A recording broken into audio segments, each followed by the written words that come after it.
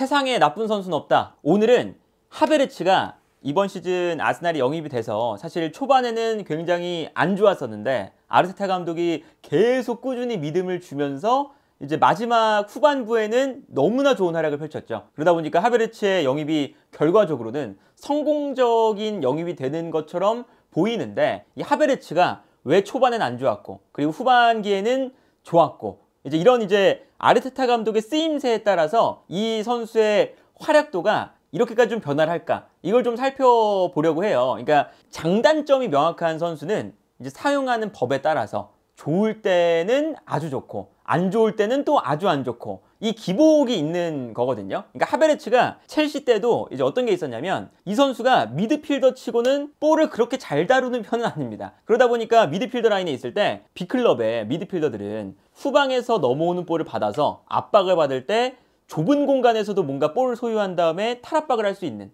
돌아설 수 있는 동작을 원하잖아요. 예를 들면 뭐 아스날의 웨데고르처럼. 그런데 하베르츠가 그런 능력은 좀 부족해요. 대신에 미드필더 치고 공격적으로 올라가서 원톱을 뒀을 때 순간적으로 투톱처럼 뛸 수 있게 만드는, 특히나 이 오프 더 볼 플레이에 강점이 있기 때문에 최전방 공격수가 수비를 끌어내면 이때 공간으로 침투하는 플레이가 좋은 선수입니다. 그런데 반면에 이 선수가 그렇다고 해서 원톱으로 배치가 된다. 그랬을 때는 또 원톱 치고는 앞쪽에서 키가 큰데, 키가 큰 만큼 제공권이 엄청 좋지도 않고, 그리고 등지는 플레이가 덩치에 비해 또 그렇게 좋지가 않습니다. 그러다 보니까 원톱으로도 좀 애매해요. 그런데 또 원톱으로 배치가 되면 어느 정도 미드필더의 성향을 가지고 있으니까 내려가면서 제로톱처럼 내려가면서 수비를 끌어당기고, 이때 측면에 있는 선수가 뭐 가운데로 들어오든가 이렇게 제로톱의 역할을 또 수행할 수가 있죠. 그러니까 원톱으로 쓰기에도 장단점이 명확하고, 그리고 미드필더로 쓰기에도 장단점이 명확하다 보니까 만약에 잘못 썼을 때는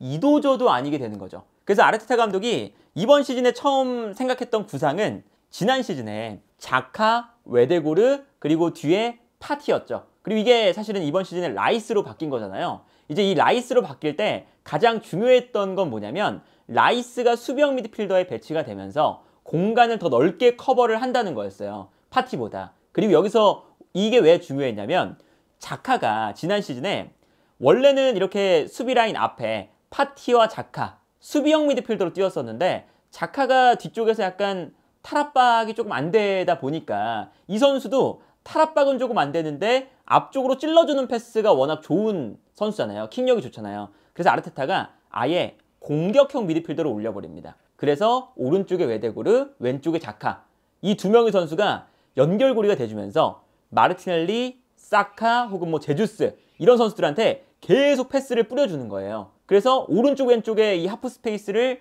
정말 공략을 잘하는 이런 모습을 보여준 거거든요. 근데 아스날이 좀 아쉬웠던 게, 앞쪽에 이 제주스가 원톱 치고는 약간 하베르츠과죠. 이 선수도 제주스가 측면으로도 빠질 수 있고 뭐 내려오는 것도 할 수 있고 활동 반경도 넓고 볼을 잡았을 때 뭐 볼 소유도 좋고, 그런데 결정적으로 가운데서 크로스가 들어왔을 때 뭐 경합을 한다거나 여기서 결정력을 보여준다거나 이런 거에 약간 약점이 있었죠. 그러다 보니까 이번에 하베르츠를 영입했던 거는 기본적으로 웨데고르, 하베르츠, 라이스, 이렇게 세 명의 미드필더를 원했어요. 그래서 하베르츠가 제주스가 수비를 끌어당길 때 이때 올라가주면서 공간을 활용한다, 이 오프 더 볼 플레이를 좀 활용을 하고 싶었던 거거든요. 근데 여기서 초반에 아스날이 지난 시즌보다 이번 시즌이 좀 안 좋다고 평가받았던 게 이 하베르츠의 문제였거든요. 하베르츠가 올라갔을 때 이 공간이 비게 되는 거죠. 그래서 이 라인 사이에서 사실은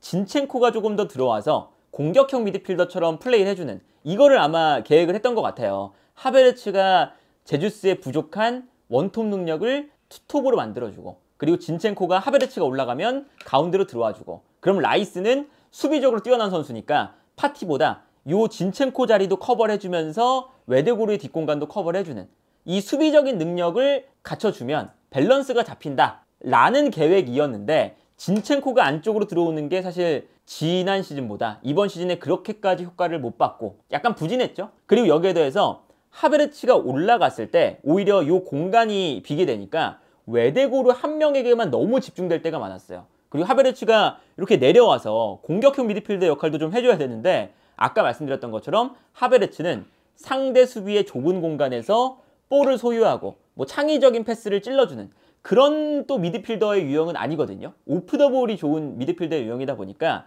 이 공간에서 매우 답답한 모습이 나왔었죠. 그러다 보니까 제주스 쪽으로 가는 패스도 약간 줄어들고, 그리고 외대고르에게 너무 의존하니까 외대고르가 안 풀리는 날에는 아스날의 공격 자체가 연결고리가 없어지는 이런 좀 안 좋은 현상들이 발생을 했었거든요. 그런데 여기서 뭐 제주스의 부상도 있었지만 하베르츠를 아예 원톱으로 그냥 올려버리죠. 이게 이제 신의 한 수였고, 그리고 라이스를 한 칸 올립니다. 그리고 라이스가 수비형 미드필더에서 아쉬웠던 건 뭐냐면 토마스 파티보다 딱 한 가지 못하는 게 있어요. 라이스가 수비에서 볼을 받은 다음에 전방으로 찔러주는 이 패스, 공격적인 이 전진 패스가 토마스 파티가 월등하게 잘하는 부분이죠. 그러니까 라이스가 이 수비형 미드필더 자리에 나와서 하베르츠가 올라갔을 때 수비를 커버하는, 이게 정상적으로 이루어졌다면 라이스도 본인의 역할을 다 했을 텐데 이게 정상적으로 이루어지지 않으니까 오히려 이 라이스 쪽에서 뭔가 토마스 파티처럼 공격이 안 풀릴 때 외대고르를 거치지 말고 한 번에 찔러주는 패스가 들어가야 되는데 이게 안 들어가다 보니까 오히려 라이스도 좀 단점이 있는 부분이 있구나, 이게 좀 드러났었거든요. 그런데 후반기에는 하베르츠를 원톱으로 올리고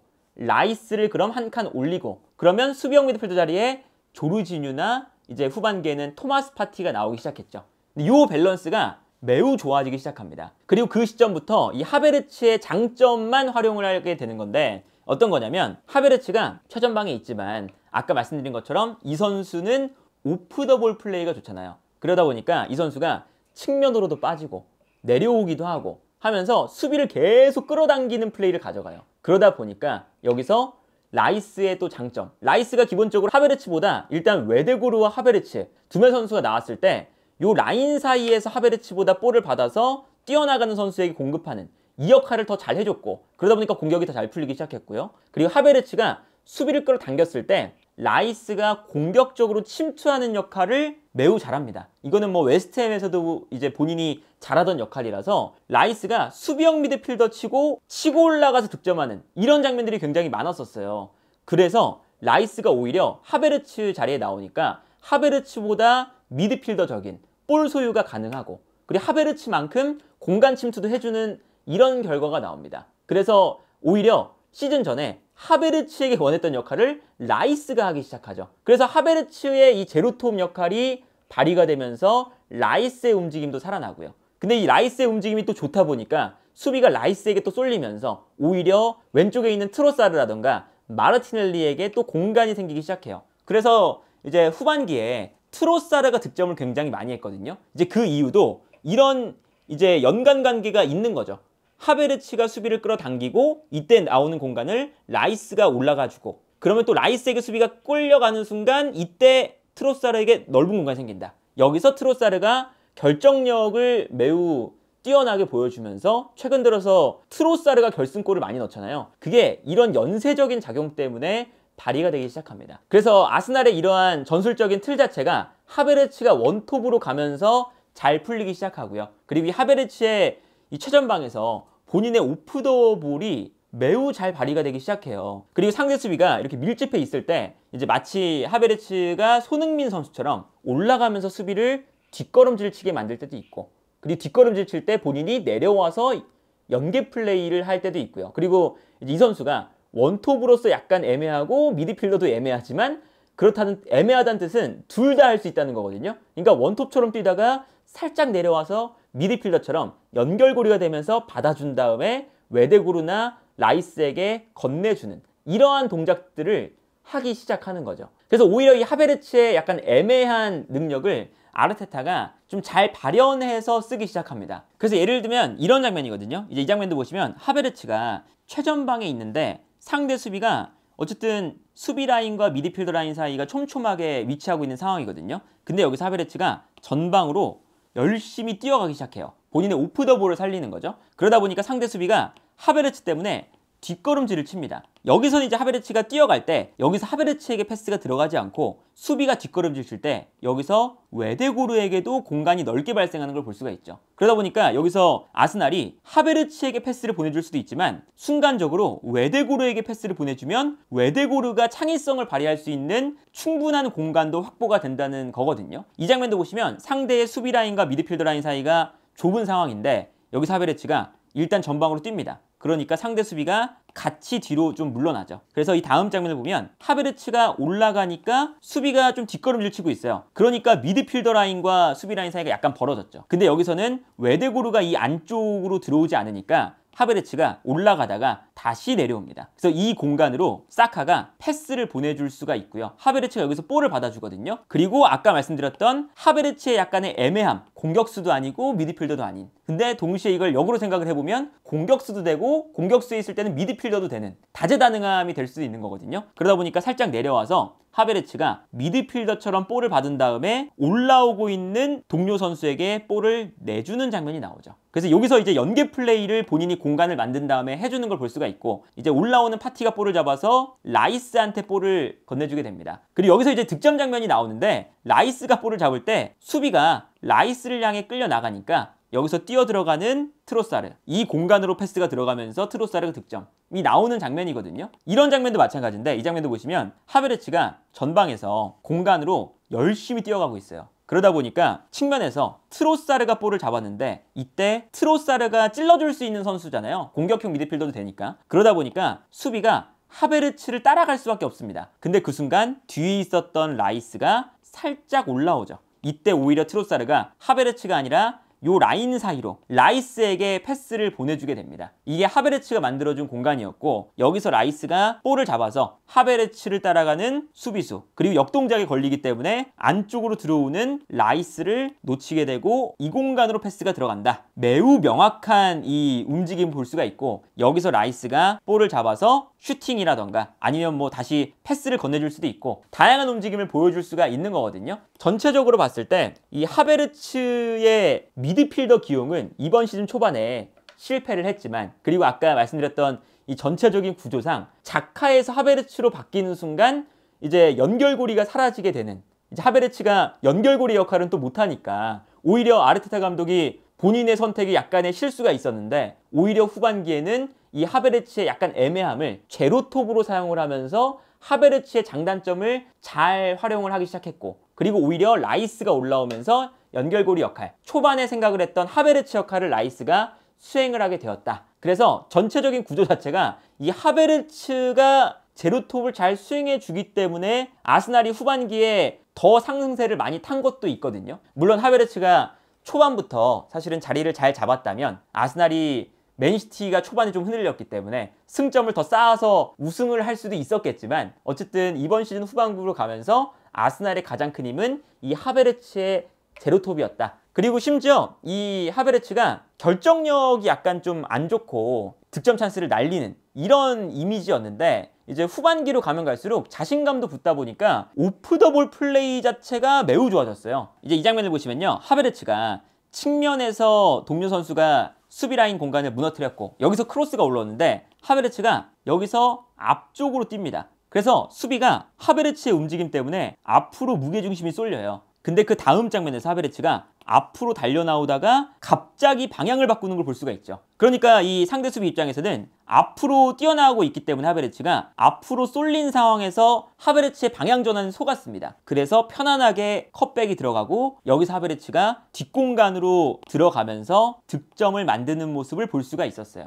이 장면도 마찬가지인데, 이 장면도 보시면 수비수가 하베르츠에게 붙어 있습니다. 그리고 하베르츠가 약간 뛰어 들어가려는 동작을 취하니까 순간적으로 상대 수비수가 올라오면서 오프사이드 라인을 만들려고 해요. 그러니까 하베르츠도 여기서 뛰어 들어갈 때 그냥 뛰어가는 게 아니라 약간 내려갔다가 마치 손흥민처럼 내려갔다가 앞으로 뜁니다. 그러니까 이 다음 장면을 보시면 상대 수비가 하베르츠를 오프사이드 라인에 걸리게 만들기 위해서 올라왔는데 하베르츠도 같이 올라왔다가 곡선을 그리면서 공간으로 뛰죠. 그러니까 패스가 들어갔을 때 오프사이드에 걸리지 않습니다. 그리고 이 움직임 한 번에 순간적으로 수비 라인을 무너뜨리면서 하베르츠가 너무나 잘 빠져 들어갔고요. 물론 이제 그 뒤쪽에 있는 선수가 이미 있었기 때문에 오프사이드는 안 됐지만, 그래서 하베르츠가 뒷공간으로 뛰어 들어가면서 패스를 받아서 결정적인 찬스를 맞이하는 이런 장면이 나오거든요. 그리고 이런 오프 더 볼 플레이를 어쨌든 아르테타 감독이 하베르츠에게 잘 주문을 하면서 이 하베르츠의 장점을 잘 살려 쓰고 있는 거니까, 하베르츠가 첼시에서 올 때만 해도 왜 하베르츠를 영입할까? 하베르츠가 첼시에서 이뤄낸 건 챔스 결승전에서의 그 결승골, 그거 하나 이후에는 득점도 안 되고 미드필더도 아니고 공격수도 아닌 매우 애매한 선수였는데 왜 데려갈까? 그리고 심지어 아스날로 왔을 때 초반에 그런 모습을 보여줬기 때문에 역시 이 애매한 선수다 였는데 후반기에는 아르테타 감독이 제로톱으로 정말